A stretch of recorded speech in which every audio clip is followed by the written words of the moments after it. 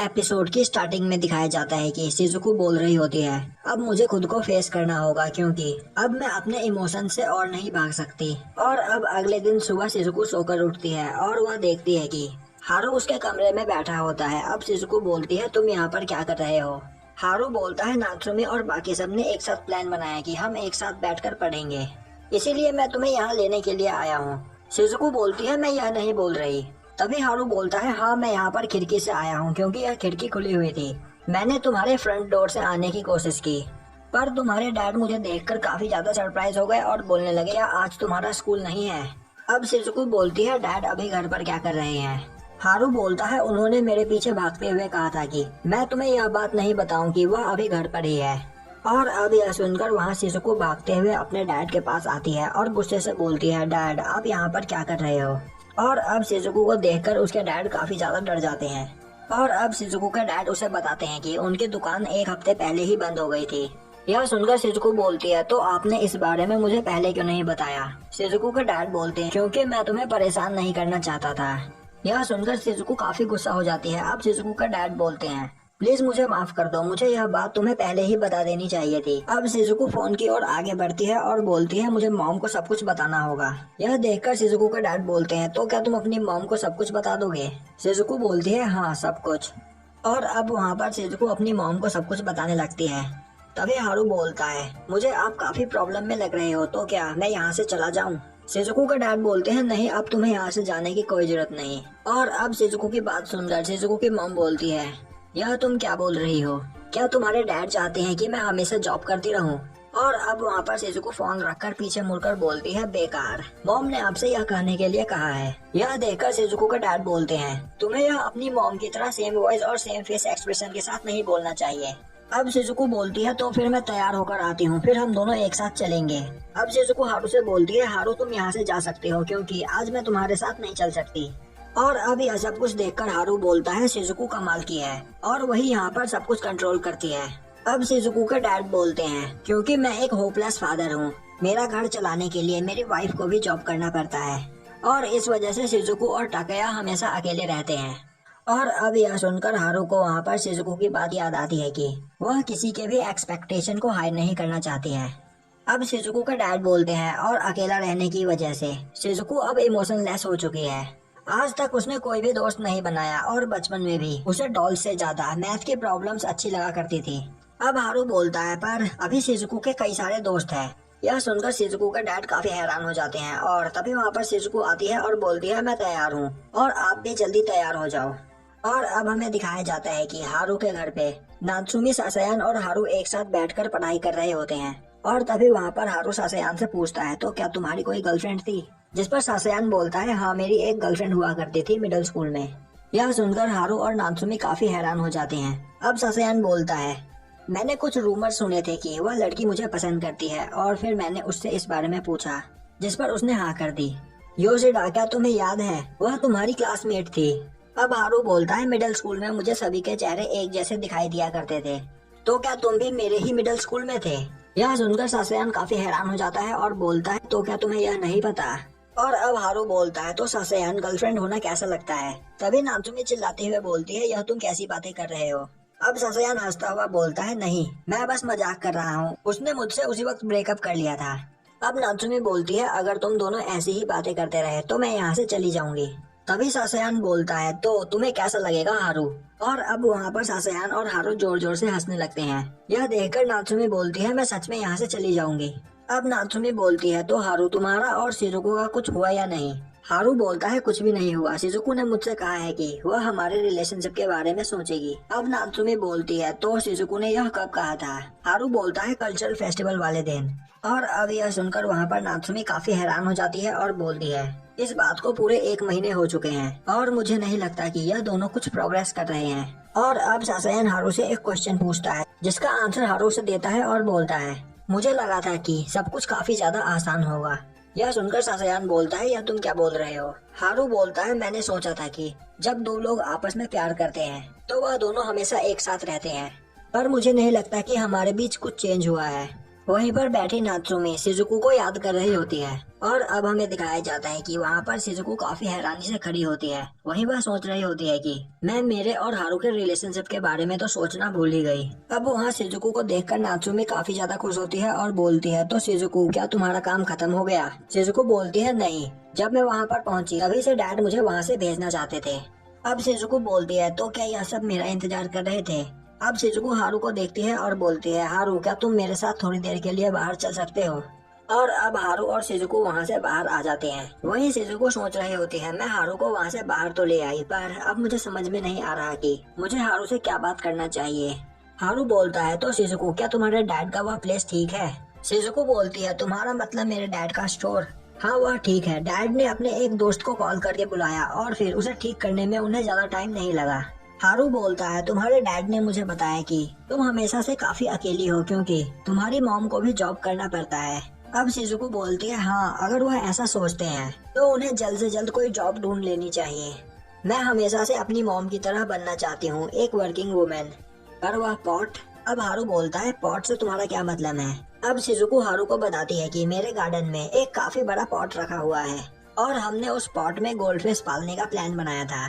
मुझे गोल्डफिश में कुछ ज्यादा इंटरेस्ट नहीं था, पर मैंने उसके बारे में कुछ किताबें पढ़ी और मैंने उसके लिए खाना भी खरीद लिया था, पर हम उसे नहीं खरीद पाए, जिससे मैं काफी ज्यादा डिसअपॉइंट हुई थी। और मैं उस दिन इसीलिए डिसअपॉइंट हुई थी क्योंकि मेरी एक्सपेक्टेशन काफी ज्यादा हाई थी। तभी हारू बोलता है, मेरे पास तुम्हारे लिए कुछ है, और अब हारू शिजुको का हाथ पकड़कर उसे अपने साथ ले जाने लगता है। और अब हारू के साथ जाते वक्त शिजुको हारू और ओशिमा के बारे में सोच रही होती है। वहीं पर उसे यामाकेन की कही हुई बातें याद आती है, जिसमें यामाकेन ने उससे कहा था कि तुम तब तक अकेलापन फील नहीं कर सकते जब तक तुम्हारे पास कोई नहीं होगा। और अब हमें दिखाया जाता है कि हारू रिवर के पास एक फिशिंग रॉड बनाकर वहाँ पर मछली पकड़ रहा होता है। यह देखकर शिजुको चिल्लाते हुए बोलती है, हारू मुझे कोई क्रेफिश नहीं चाहिए। तभी हारू बोलता है, पर मैंने यहाँ पर एक बहुत बड़ी फिश देखी थी। शिजुको बोलती है, मैं तुमसे यह नहीं कह रही थी कि मुझे उस पॉट में पालने के लिए कोई पेट चाहिए। हारू बोलता है, अगर एक बार तुमने उसे देख लिया तुम अपना माइंड चेंज कर लोगी। और अब हमें दिखाया जाता है कि लाइब्रेरी में यामाकेन एक लेडी से पूछ रहा होता है कि यह बुक्स उसे कहाँ पर मिलेंगी। अब वह लेडी बोलती है, यह बुक्स तुम्हें सेकंड फ्लोर के ई सेक्शन में मिलेंगी। अब यामाकेन वहाँ से जाने लगता है, पर तभी वह लेडी बोलती है, स्टेयर्स इस तरफ है। और अब यामाकेन के वहाँ से जाने के बाद वह लेडी बोलती है, इस लड़के ने अभी तक मुझसे 5 बार यह क्वेश्चन पूछ लिया है। वहीं पर यामाकेन सोच रहा होता है, आखिर वह लोग ऐसे रिपोर्ट्स बनाने के लिए क्यों देते हैं जिनके मटेरियल्स मैं खरीद ही नहीं सकता। और तभी यामाकेन को वह जगह मिल जाती है और अब वह देखकर यामाकेन काफी खुश होता है। और तभी यामाकेन वहाँ पर शिजुको को खड़ा देखता है। अब शिजुको यामाकेन को देखकर बोलती है, तो तुम यहाँ पर कुछ ढूंढ रहे हो? अब यामाकेन बोलता है, मैं यहाँ पर इकोनॉमिक पॉलिसी का रेफरेंस ढूंढ रहा हूँ। शिजुको बोलती है, क्या तुम्हें कोई रिपोर्ट लिखनी है तो तुम इस बुक का यूज कर सकते हो। अब यामाकेन शिजुको को थैंक्स करता है। तभी शिजुको बोलती है, मैं तुमसे ही मिलना चाहती थी यामाकेन। यह सुनकर यामाकेन काफी हैरान हो जाता है। अब शिजुको बोलती है, तुम्हारे लास्ट मॉक एग्जाम में इंग्लिश में मुझसे ज्यादा मार्क्स आए थे, पर मेरे टोटल मार्क्स तुमसे ज्यादा थे। यह सुनकर यामाकेन हैरान हो जाता है और बोलता है, शिजुको मैं तुमसे कोई कंपटीशन नहीं करना चाहता। अब यामाकेन बोलता है, तो आज हारू तुम्हारे साथ नहीं है। वह नदी के पास अभी क्रेफिश पकड़ने की कोशिश कर रहा है और वह एक बड़ी सी क्रेफिश पकड़कर मुझे गिफ्ट देना चाहता है, पर मुझे नहीं लगता कि यहाँ नवंबर में उसे कोई भी क्रेफिश मिलेगी। अब यामाकेन बोलता है, हारू का दिमाग अभी भी बच्चों वाला है। वही यामाकेन सोच रहा होता है, आखिर मैं उसके बारे में क्यों बात कर रहा हूँ, पर उसके बारे में यहाँ पर बात मैंने ही स्टार्ट करी थी। वह इसीलिए क्योंकि मेरे पास बात करने का कोई टॉपिक नहीं था, पर मैं शिजुको से बात करने का टॉपिक ढूंढ क्यों रहा हूँ। अब शिजुको बोलती है, तुम्हारी बातें सुनने के बाद मैंने डिसाइड किया है कि अब मैं सभी लोगों को फेस करूंगी। यामाकेन बोलता है, पर मैंने तुमसे क्या कहा था, मुझे कुछ भी याद नहीं। अब शिजुको बोलती है, कल्चरल फेस्टिवल में तुमने जो मुझे एडवाइस दिया था उससे मैं काफी ज्यादा इम्प्रेस हुई हूँ। यह सुनकर यामाकेन वहाँ पर काफी हैरान हो जाता है। और अब हमें दिखाया जाता है कि सासेयान कॉल पर बात कर रहा होता है और अब सासेयान नात्सुमी के पास आकर उसे बताता है कि योशिडा अभी नदी के पास है और मेरे ख्याल से शिजुको शायद से लाइब्रेरी गई होगी। यह सुनकर नात्सुमी सोचने लगती है, तो अब हारू दोबारा अजीब चीजें कर रहा है और इसीलिए शिजुको हारू के बारे में वह सब चीजें सोचती है। अब सासयान बोलता है तो अब हमें अपने फाइनल पेपर की तैयारी कर लेनी चाहिए। और तभी वहाँ पर दो लड़कियाँ आती है जिनकी आवाज सुनकर वह नात्सुमी काफी ज्यादा डर जाती है। और अब नात्सुमी को उसका फ्लैशबैक याद आता है जिसमें एक क्लास में बैठकर कुछ लड़कियाँ आपस में बात कर रही होती है कि क्लास 2 के एक लड़के ने नात्सुमी को अपने साथ चलने के लिए बोला है। नात्सुमी के साथ हमेशा यही होता रहता है। मेरे ख्याल से तो नात्सुमी को बस लड़कों से ही दोस्ती करनी चाहिए। वहीं एक जगह से खड़ी होकर नात्सुमी उनकी बातें सुन रही होती है। और अब नात्सुमी वहाँ पर एक किताब से अपना चेहरा छुपाने लगती है। और तभी वहाँ पर वह लड़कियाँ नात्सुमी को देख लेती है और उसे देखकर वह बातें बनाकर हंसने लगती है। यह देखकर सासयान उन्हें रोकने की कोशिश करता है, पर तभी नात्सुमी सासयान को रोक देती है और बोलती है प्लीज मुझे माफ कर दो, इसमें मेरी गलती है। और तभी वहाँ पर मित्सुहोशी आता है और बोलता है मैंने कभी सोचा नहीं था कि तुम मुझे यहाँ पर मिल जाओगी। और अब मित्सुहोशी उन लड़कियों की ओर देखता है, तभी वह लड़कियाँ वहाँ से भाग जाती है। और अब वहाँ पर मित्सुहोशी को देखकर नात्सुमी काफी खुश होती है। अब हमें दिखाया जाता है कि शिजुको बस से जा रही होती है और वह यामाकेन को भी चलने के लिए बोलती है, पर यामाकेन बोलता है नहीं मैं टैक्सी से चला जाऊंगा। और अब शिजुको वहाँ से चली जाती है। और अब शिजुको के जाने के बाद यामाकेन वहाँ पर सोचने लगता है क्या मैं भूल गया कि वह कौन है और मैं कर क्या रहा हूँ। और अब यामाकेन को याद आता है कि लाइब्रेरी में वह शिजुको को बता रहा होता है कि तुम एक चीज को छोड़कर दूसरी चीज को पाने की कोशिश करती हो, पर यह ठीक नहीं है, तुम्हें दोनों ही ओर बैलेंस करके चलना चाहिए। और अगर तुम एक चीज को छोड़कर दूसरी चीज के पीछे भागोगी तो तुम अपनी लाइफ में सब कुछ खो दोगी। तो तुम्हें यह बात समझ में क्यों नहीं आती, क्या तुम एक रोबोट हो? वही यामाकेन सोच रहा होता है आखिर मैं इसकी मदद क्यों कर रहा हूँ। अब शिजुको बोलती है तुम काफी फनी हो यामाकेन। और अब यह सुनकर यामाकेन हैरान हो जाता है। और अब शिजुको यामाकेन को थैंक्स करती है। वही प्रेजेंट टाइम में यामाकेन एक पत्थर को किक करता है और बोलता है यह मेरे साथ क्यों हो रहा है। वह लड़की हारू से प्यार करती है। अब यामाकेन वहाँ पर अपने बाल सही करता है और तभी उसका ध्यान उसके जेब में रखे हुए पेन पर जाता है। वहीं बस में जाते हुए शिजुको अपने फ्लैशबैक को याद कर रही होती है। और अब हमें दिखाया जाता है कि शिजुको की मदर उससे बोल रही होती है आज से मैं जॉब करना स्टार्ट कर रही हूँ क्योंकि तुम्हारे फादर एक फेलियर है। और अब शिजुको की मदर शिजुको को और टाकया को उसके फादर के साथ छोड़कर वहाँ से चली जाती है।